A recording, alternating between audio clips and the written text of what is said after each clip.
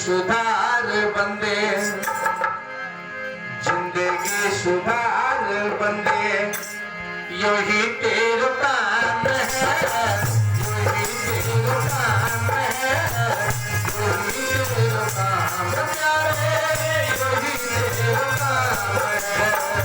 जिंदगी सुधार बंदे, जिंदगी सुधार बंदे, यही तेरा काम है, यही तेरा काम है, यही तेरा काम प्यारे, यही तेरा काम है।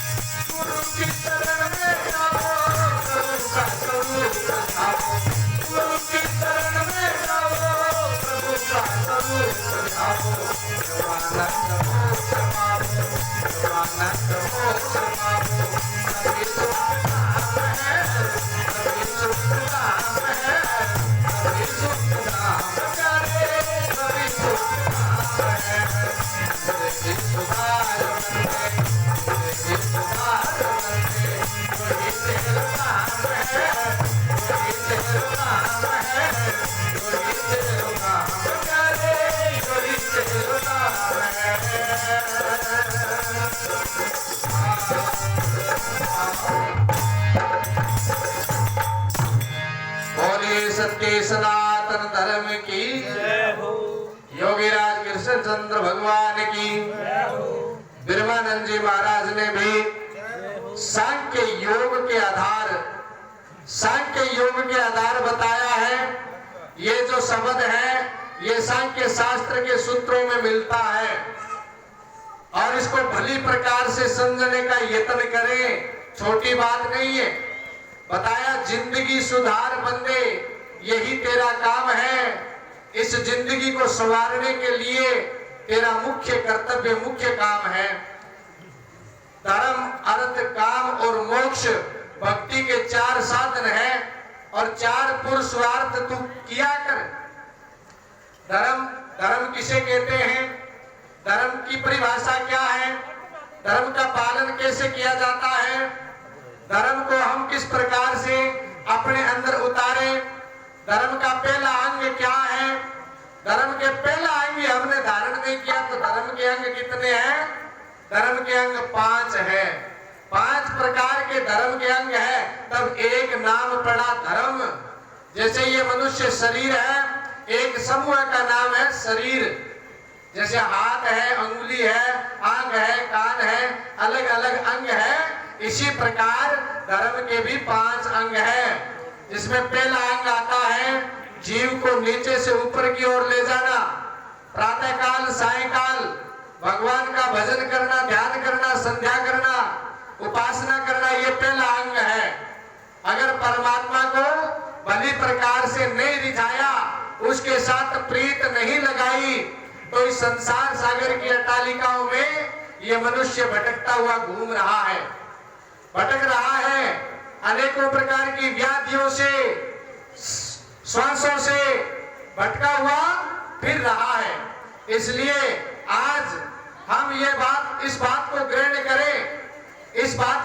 करें कि आज भगवान श्री कृष्ण के मंदिर में बड़े सुंदर शब्दों से सांख्य योग के सूत्रों को हम सुन रहे हैं, जो भगवान श्री कृष्ण ने भली प्रकार से समझाया है कि ये जीवन में ये सूत्र धारण करो ताकि इस लोक और परलोक दोनों में आप आनंद युक्त रह सको।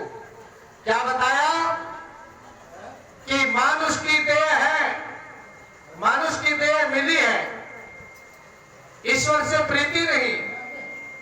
मानुष की देह पाई, हरि से ना प्रीत लाई, अरे विषयों के जाल में फंसिया निकाम है। जिंदगी सुधार बंदे, यही तेरा काम है। ये ब्रह्मानंद जी महाराज ने कहा है और यही सांख्य शास्त्र के अंदर भी बताया हुआ है। क्या कि मनुष्य होकर के परमात्मा से प्रीति करो, विषयों की वासनाएं जो है उनको मिटा दो, हटा दो। अब भगवान श्री कृष्ण ने ये ज्ञान किया और आजकल के पाखंडी धूर्त लोग क्या कहते हैं कि भगवान श्री कृष्ण तो चोर था, मनियारे का भेष बनाया, चूड़ी बेचने आया, ये करने आया, वो करने आया, अनेकों प्रकार से उसकी निंदा करते हैं और हम लोग उनका सहयोग कर रहे हैं, साथ दे रहे हैं। यही पाप हो गया। भगवान श्री कृष्ण ने जो कहा है उसको भली प्रकार से समझे। मानुष की देही पाई, हरि से ना प्रीत लाई, अरे विषयों के जाल में फंसिया निकाम है। जिंदगी सुधार बंदे, यही तेरा काम है। फिर आगे, भाई बंधु मीत नारी कोई ना सहायकारी, ये काम तुझे खुद करना पड़ेगा। भाई हो, बंधु हो, मित्र हो, नारी हो, कोई भी सहयोगी नहीं होगा, क्योंकि इस शरीर में जब बीमारी आ जाती है तो औषधि भी काम नहीं करती है, फिर कोई भी साथ में सहयोग नहीं देता है। ईश्वर का प्रसाद ग्रहण कर लिया, ईश्वर की प्राप्ति कर ली, ईश्वर को भली प्रकार से रिझा लिया, तो इस मानव शरीर के अंदर कोई प्रकार की व्याधि नहीं है। ये सांख्य शास्त्र में बताया हुआ है, वेदों में भी बताया हुआ है कि बताया भगवान श्री कृष्ण ने इस प्रकार बताया कि नाना प्रकार रोग है, परंतु ये मनुष्य बीमार होता नहीं है अगर परमात्मा की पावन आज्ञा का पालन करे तो। क्या बताया कि अंजलि के नीर जैसे जावत शरीर वैसे धरु अब धीर कैसे विकट तमाम है। जिंदगी सुधार बंदे, यही तेरा काम है। अरे तू क्या लेकर के आया है, क्या लेकर के जाएगा? जो जो मिला यहीं पर मिला है और यही छोड़ करके जाना है। पर तुझे इतना पता करना है तू कहां से आया है, क्या करने आया है और कहां पर जाएगा। ये भगवान श्री कृष्ण ने कहा है। भली प्रकार इन सूत्रों को अपने अंदर उतारे, नहीं तो भगवान ने कहा है निर्दोष को दोष लगाने वाला सबसे बड़ा दोषी होता है और वह परमात्मा का बड़ा चोर होता है और चोर को परमात्मा कभी क्षमा नहीं करता है। फिर आगे चौथे अंतरे में बताया कि गुरु की शरण में जाओ, प्रभु का स्वरूप ध्याओ। अरे ऐसे धीर वीर बुद्धिमान ज्ञानी की शरण में चले जाओ, जिसके द्वारा उस अविनाशी परमात्मा की पावन आज्ञा का पालन करने का तरीका तुझे मिल जाए। बताया गुरु की शरण में जाओ, प्रभु का स्वरूप ध्याओ, ब्रह्मानंद मोक्ष पाओ। सभी सुख धाम है, फिर सब जगह सुख का धाम है। फिर सुख कहीं दुकान पर नहीं मिलता, सुख की कहीं फैक्ट्री लगी हुई नहीं है। सुख अपने अंदर है और अपने अंदर से सुख का आभास करना पड़ता है। और वो होगा कैसे? जब धर्म का पालन करेगा, पांचों अंगों सहित धर्म की पहचान कर लेगा, तब ऋण से उऋण होना प्रारंभ हो जाएगा। और जब ऋण से उऋण हो जाएगा तो इसका नाम ही तो कुंदन है, इसका नाम ही तो निर्मल है, इसका नाम ही तो निष्पाप है, इसका नाम ही तो निष्काम है। निष्काम सेवा, निष्काम भक्ति, निर्गुण भक्ति, उस परमात्मा की पावन आज्ञा पालन करने के लिए मनुष्य को तत्पर रहना चाहिए, तैयार रहना चाहिए, स्वतंत्र रहना चाहिए। इस प्रकार बताया संतों ने। बोलिए सनातन